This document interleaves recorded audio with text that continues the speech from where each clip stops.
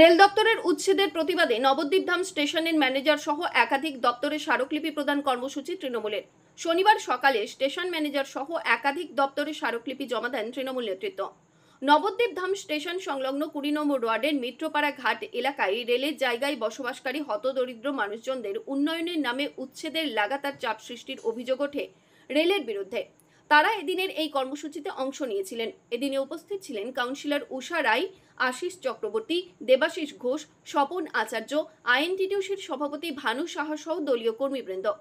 রেলের জায়গায় বসবাসকারী অসংখ্য হতদরিদ্র মানুষজন অংশ নিয়েছিলেন এই স্মারকলিপি প্রদান কর্মসূচিতে। স্মারকলিপি গ্রহণের পর উপস্থিত তৃণমূল নেতৃত্বকে স্টেশন ম্যানেজার বিধানচন্দ্র রায় বলেন, অমৃত ভারত প্রকল্পের কাজের জন্য উচ্ছেদের প্রয়োজন, না হলে কাজ আটকে যাবে। অপরদিকে তৃণমূল কাউন্সিলর স্বপন আচার্য জানান, চক্রান্ত ও ষড়যন্ত্র করে হতদরিদ্র মানুষজনদের উচ্ছেদ করা যাবে না।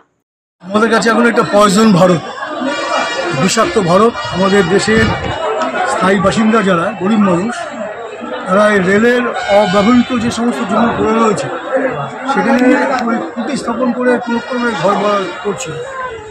হঠাৎ এই নরেন্দ্র মোদীর নজর পড়ল এই এদের থেকে উচ্ছেদ করতে হবে। এইসব গরিব মানুষ, প্রায় দারিদ্র্য সীমার শেষ প্রান্তে বসবাসকারী মানুষ, এটা কোনোক্রমে দেশ স্বাধীন হওয়ার পর ছিন্নমূল মানুষ, এটা কোনোক্রমে ঘর করে এখানে বাস করে।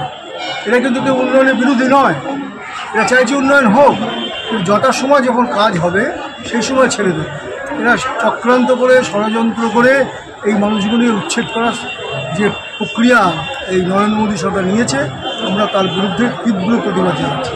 আমরা উন্নয়নের বিরুদ্ধে নয়, কিন্তু এই পয়জন পরিকল্পনার বিরুদ্ধে। রাজকুমার ঘোষের রিপোর্ট, কালনা।